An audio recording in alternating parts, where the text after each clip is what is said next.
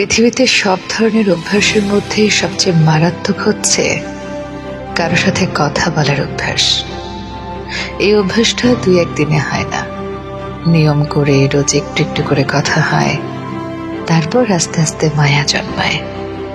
আর মায়া জন্মাতে জন্মাতে যখন তার নেশায় পরিণত হয়, ঠিক তখনই তা অভ্যাসের রূপ নেয়। এই যে কারো সাথে কথা বলার যে অভ্যাস আপনার অজান্তেই সৃষ্টি হয়, আপনার ভালো থাকার সম্পূর্ণ নিয়ন্ত্রণ আপনি হারিয়ে ফেলবেন। তখন কথা হওয়ার মুহূর্তে হঠাৎ কথা না হওয়া আপনাকে আরো চরম ডিপ্রেশনে ফেলে দিবে।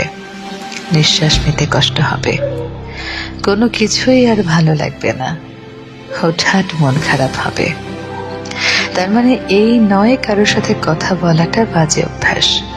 কারোর সাথে কথা বলতে ভালো লাগতেই পারে, কিন্তু তাই বলে যদি সেটা আপনার নিত্যদিনের অভ্যাসে পরিণত হয়, তবে আপনার আর কস্মিন কালেও ভালো থাকাটা হয়ে উঠবে না।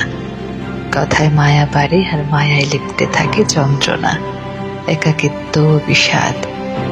যদি মনে হয় কারো প্রতি একতরফা ভাবে আপনি ডুবে যাচ্ছেন, তবে নিজেকে থামান।